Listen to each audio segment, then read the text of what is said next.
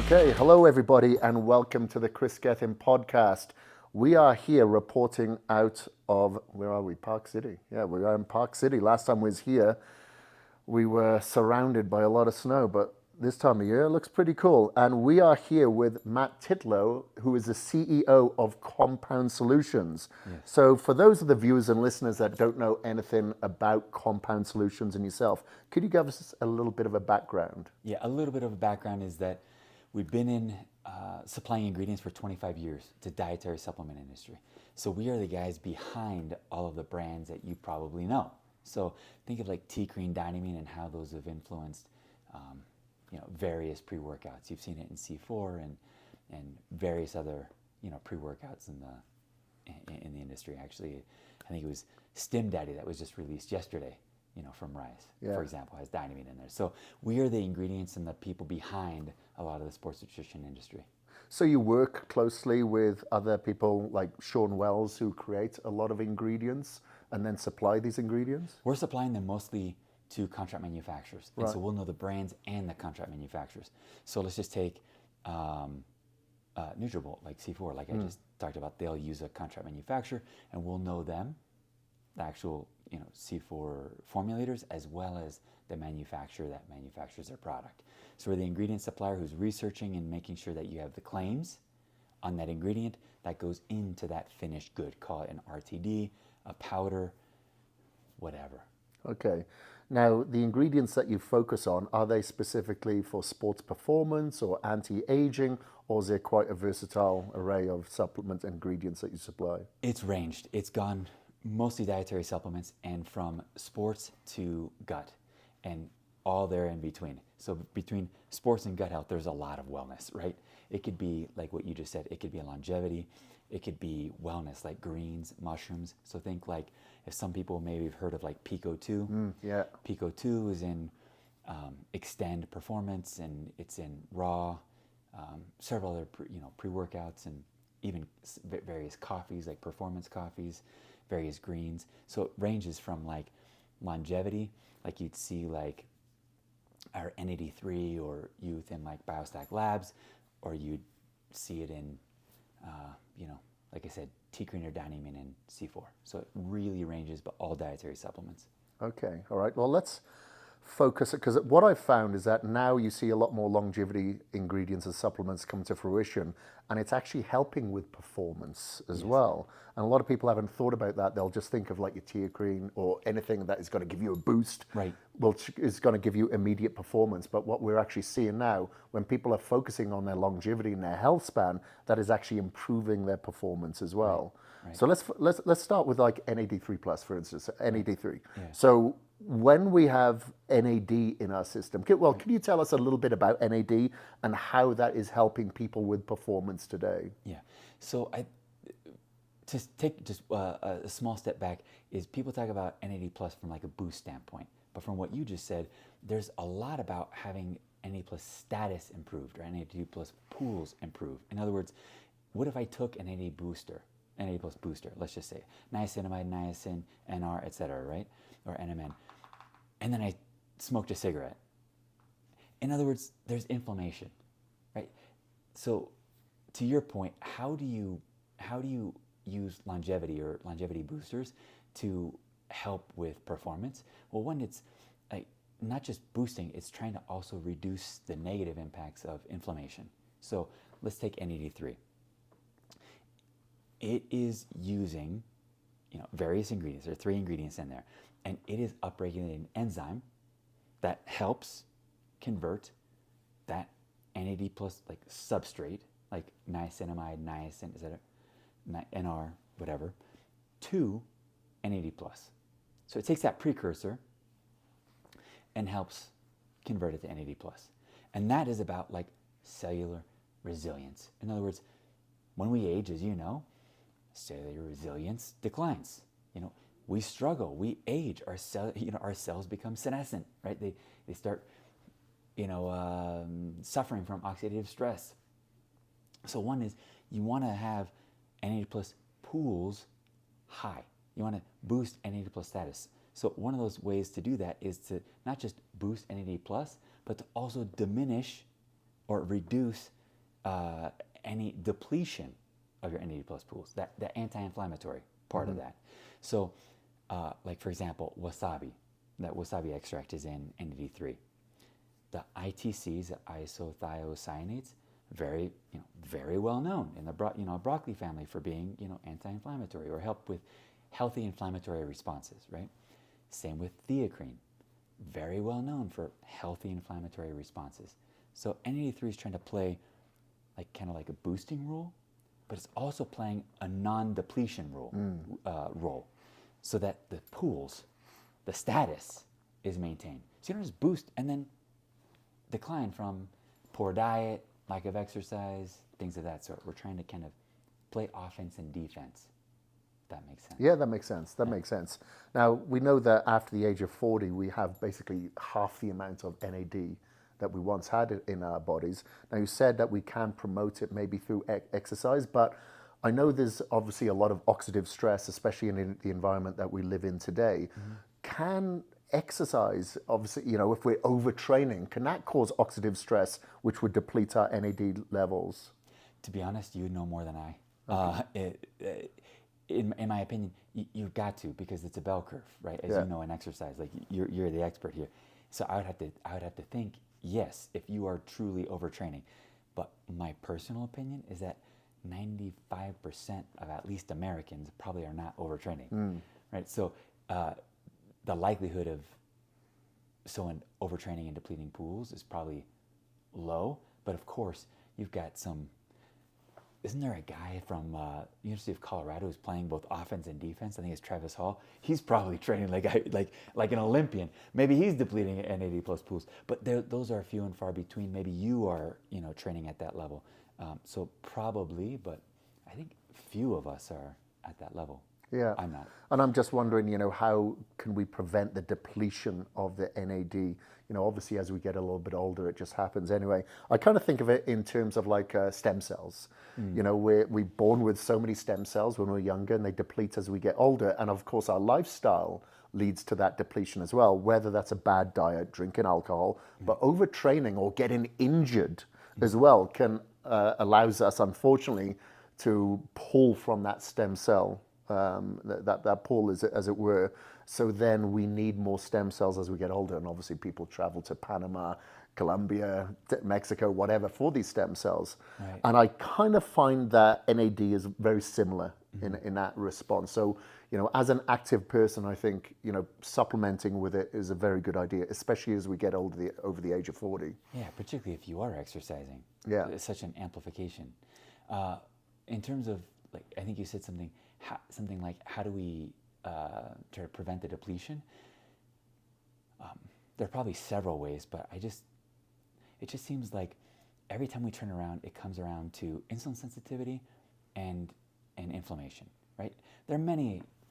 I mean, we could be talking about methylation status and telomere length and all these things, but it just seems like in the big picture, if we were just reducing inflammation through just exercise, going for a walk, community, things of this sort, things like theacrine, NAD3, these things that have anti-inflammatories in there. But there are other things, right? Curcumin and omega-3s, these are all, well known.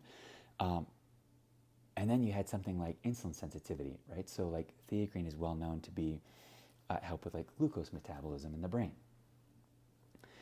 These sorts of things, like exercise so that your muscles remain insulin sensitive, I don't think we can overstate how important that is, and how important NAD or NAD plus and insulin sensitivity or lack thereof hurts or depletes or makes muscles malfunction as we age, or so anyway, inflammation and insulin sensitivity have to rate high for NAD plus depletion. Yeah, for sure. And we're seeing now through various diagnosis and DNA tests and whatever that there's more and more people that are being diagnosed with having the MTHFR gene.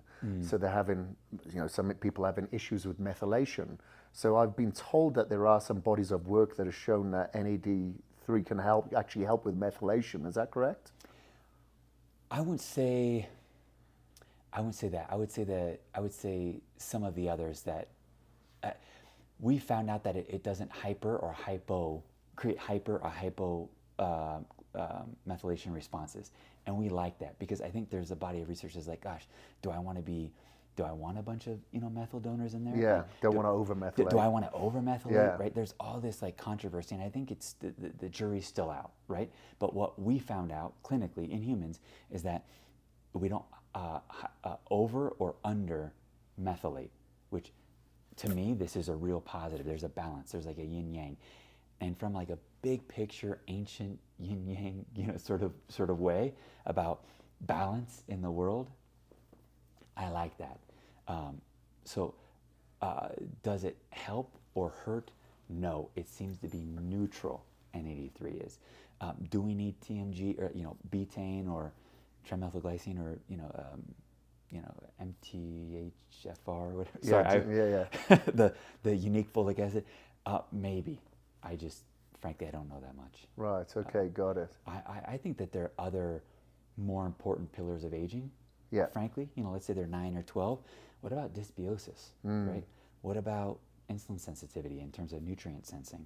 Yeah. Me personally, I think those are more important. For sure. And especially in the environment today, you're just seeing more people with gut dysbiosis. They're on antibiotics or they're consuming vegetable oils or sugars, whatever it may be. So people are having gut dysbiosis, now they're having immune disorders. And, obviously a lot of our hormones employed through our gut microbiome as well. Right. So, that needs to be protected. But talking about the hallmarks of aging, the one thing that we do know is that fasting and autophagy actually helps with the prevention of aging and inflammation. Right. And that autophagy is, kind of that deep cleaning of our cells and helping prevent senescent cells expand. Right. So one of the ingredients that I think that is absolutely fascinating is the spermidine. You have the youth version of spermidine, which is kind of like a fasting mimicker. Right. Can you talk a little bit about that and what makes youth a little bit different to like the standard spermidine? Right. So I like what we call youth spermidine because when we talk about aging, we're talking about it from a cellular level, right? And so this is kind of foundational. I like it. If we're going to start like building from the foundation. Don't build a roof if you don't have a foundation. Don't build a wall if you don't have a foundation. So I like starting there because we don't get senescent, until we have kind of these rogue cells that haven't been, eliminated through through autophagy, right? So I believe personally that there's this like kind of cool combination between like youth, like spermidine, and blood sugar regulation, insulin sensitivity. So I think there's an opportunity here having this be super foundational, and then you can add on to it. So like youth in chromium, for example, or youth in berberine, or youth in, and obviously a lot of people take metformin, for example, or youth in exercise, right? And how does exercise, which is a known, let's say, inducer of autophagy, how is that potentially magnified or optimized with a fasting mimicker and an autophagy inducer like spermidine? Yeah. I like it because aging starts in the cells. This starts in the cells. How is it different? One, we have self-affirmed grafts, so that's really unique. Most people don't. It is synthetic, which makes it very cost effective.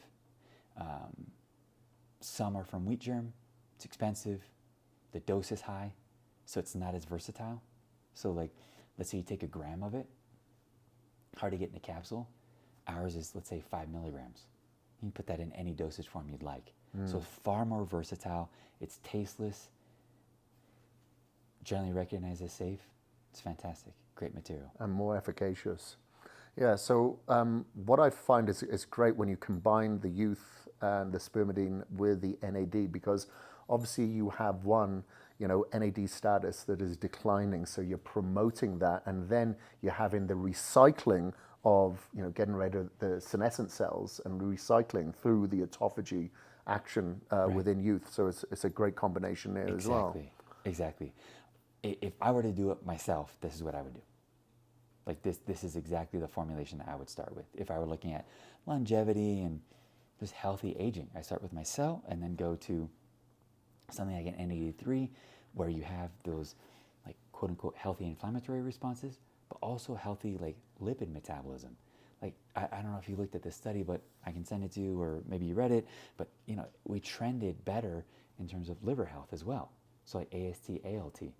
This is big, like lipid metabolism and a healthy liver, and how insulin sensitivity is so crucial between muscle, liver, and then you take cells, you know, like meaning spermidine, like cellular aging. It's a really cool combination. I think the only thing that I would do beyond that in a big picture, not getting granular, but getting like macro, is gut. You know, the dysbiosis. I think these three things where you're looking at the liver, insulin sensitivity, and cellular health with spermidine, that's a big foundation, in my opinion. Yeah, for sure. A big platform by which you would start your supplementation regime, or where you'd like to go. And like what I really like about this fasting mimicking kind of ingredient as well with spermidine is that, especially with females, sometimes I'll have females that don't fast quite as long as guys.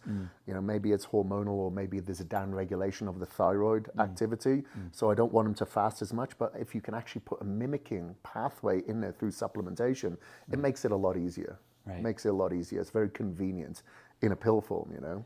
I think it's huge when you consider that it takes, technically, I think you have to be on a 2-day fast to really get the autophagy process to really be amplified like you would with hard exercise.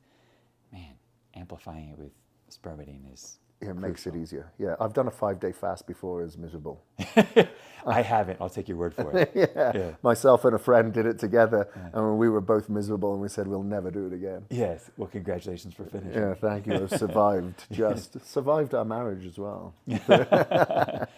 One other ingredient I'd like to talk about as well, more so from a sports performance perspective. Again, though, it has a lot of health benefits for brain health, for ATP, is Pico 2. Yes. Like we all know a lot of the benefits now of functional mushrooms as it's becoming more prevalent throughout the world. Right. Could you talk a little bit about Pico 2? And obviously you've heard a lot of anecdotal studies as well. Right. Can you talk a little bit about that and how that is being used now in the sports performance sector? Yeah. So it goes back years. We must be 6 years into this. So believe it or not, a good friend, Mike McCandless, he gave this to a few MMA fighters, forgot about it, right? They were just doing their thing, came back 6 months later and said, that was amazing. Can I get more? He's like, get more of what? Totally forgotten about it, right? So this is all anecdotal, just bro science. They just said, like, this thing worked. Like, what does work mean? I'm like, well, I don't know. We just kept on going. So he studied it in 2 studies, one at North Carolina, one at the College of Charleston, if I'm not mistaken, and found various things. Like you kind of mentioned a couple. One was basically like improving like time to fatigue. So that's probably cordyceps or something with the ATP. Cordyceps driven. This is Cordyceps militaris. It was, it's half of the formula, and that is definitely driving, you know, a lot of that endurance, you know, and ATP production. So anyway, they found that clinically to be true, right? Time to fatigue, they just went longer. Now, we didn't get these claims, these were trends.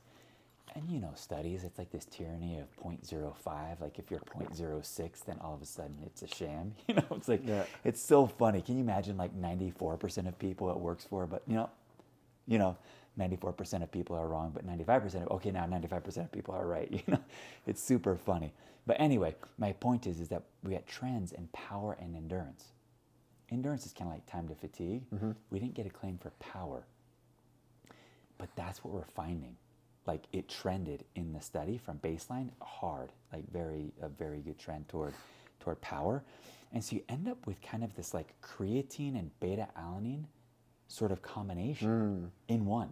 Because we all know creatine's for power, beta alanine's for endurance. But this has a very small loading phase. It's like 48 grams. Like you can actually we get anecdotes of people using half of that and still like they'll take 2 grams for a week, let's just say, like 14 days, and they love it. They keep on going from there. They can feel it. But we know that you don't get any better past 48 grams. But beta-alanine is like 150 or 79 or something like that. Maybe 180 is your peak. Creatine is maybe 100, 120. You know tons more than I do about all that.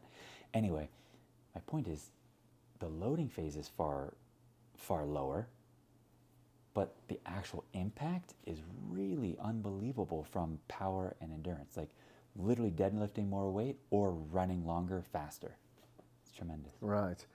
One thing I wanted to ask, just out of curiosity, because I know that reishi is in there as well. Yeah. Reishi is known to be helpful for calming. Now, of course, it's kind of like an adaptogen where you can have various effects from these mushrooms.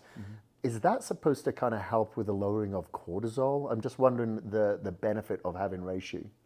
The truth of the matter is, I don't know. Our manufacturer, who collaborated with Mike McCandless at that time, created this formula, and there's turkey tail and lion's mane and reishi and several others, and some have an immune effect or a calming effect, like a anti-cortisol effect, etc.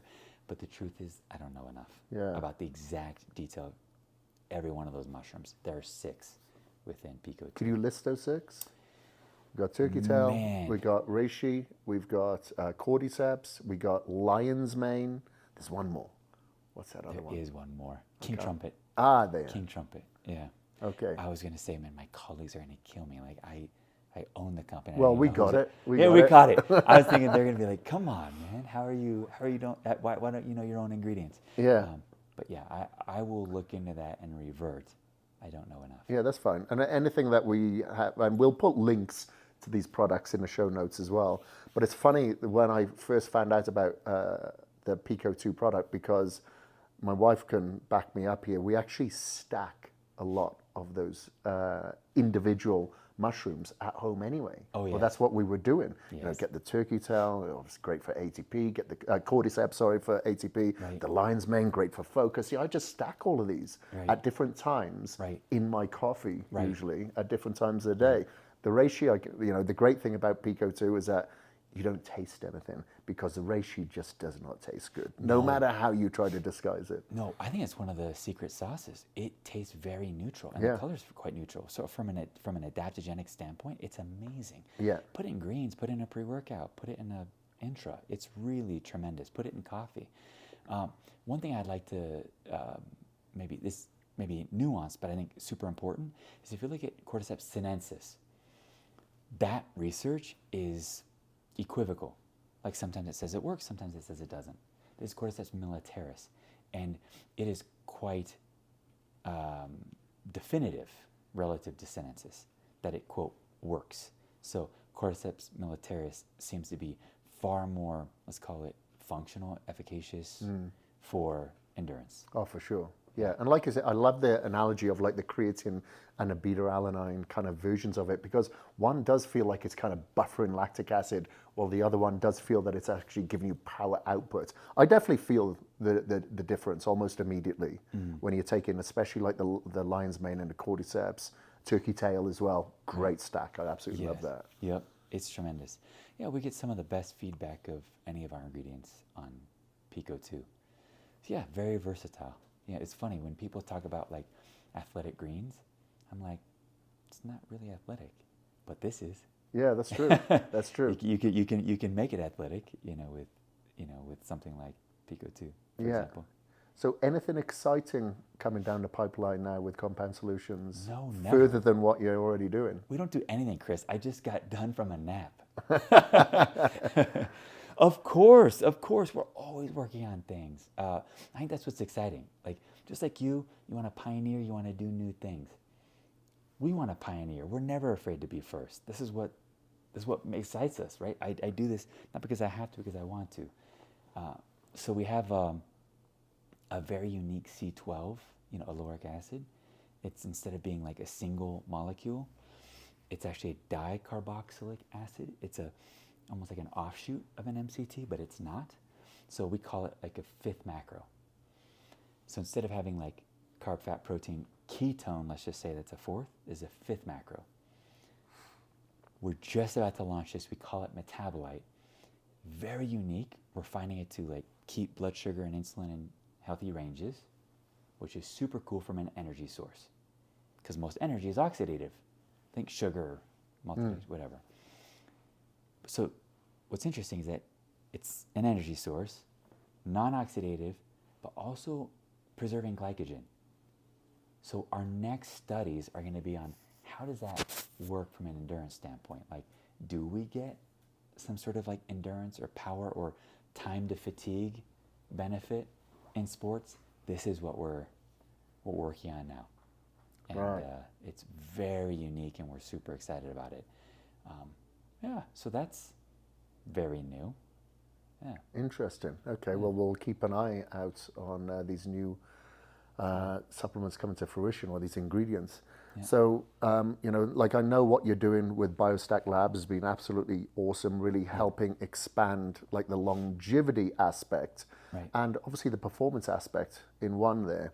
And as we know, kind of quote unquote biohacking is growing throughout the world as well. Right. And trying to be the leaders in that is definitely helping. Obviously, with these ingredients utilizing, such as youth, NAD.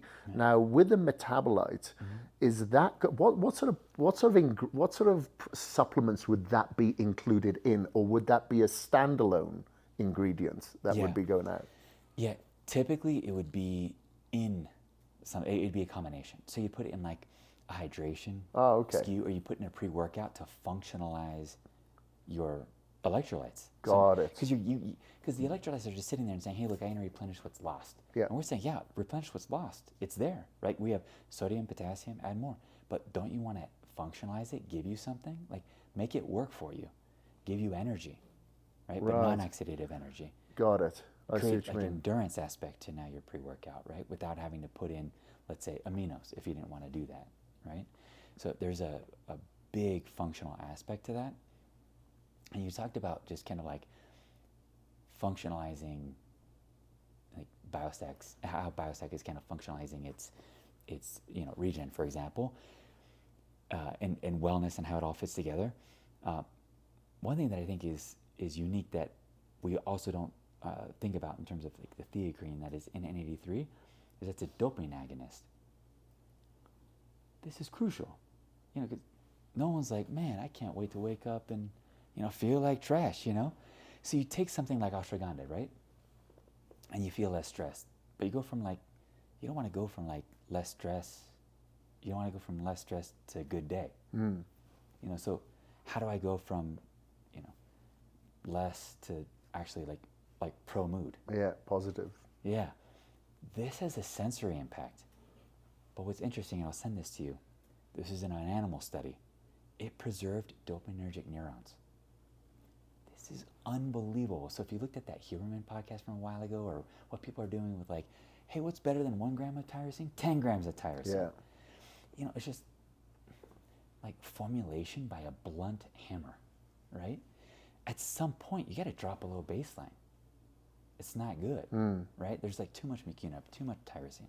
So to have something that is a dopamine agonist from a wellness standpoint, Regen has a lot of things covered, right? A lot of things going on, right? It's, we might say longevity, but it's robust. On the metabolite side, yeah, I would say part of it is an active lifestyle. Like if you're going to use an electrolyte supplement, use this, functionalize it, make it work for you. If you're going to have a pre-workout, cool. So you could either put it in a non-stem pre or a stem pre and just optimize without having a blood sugar insulin spike.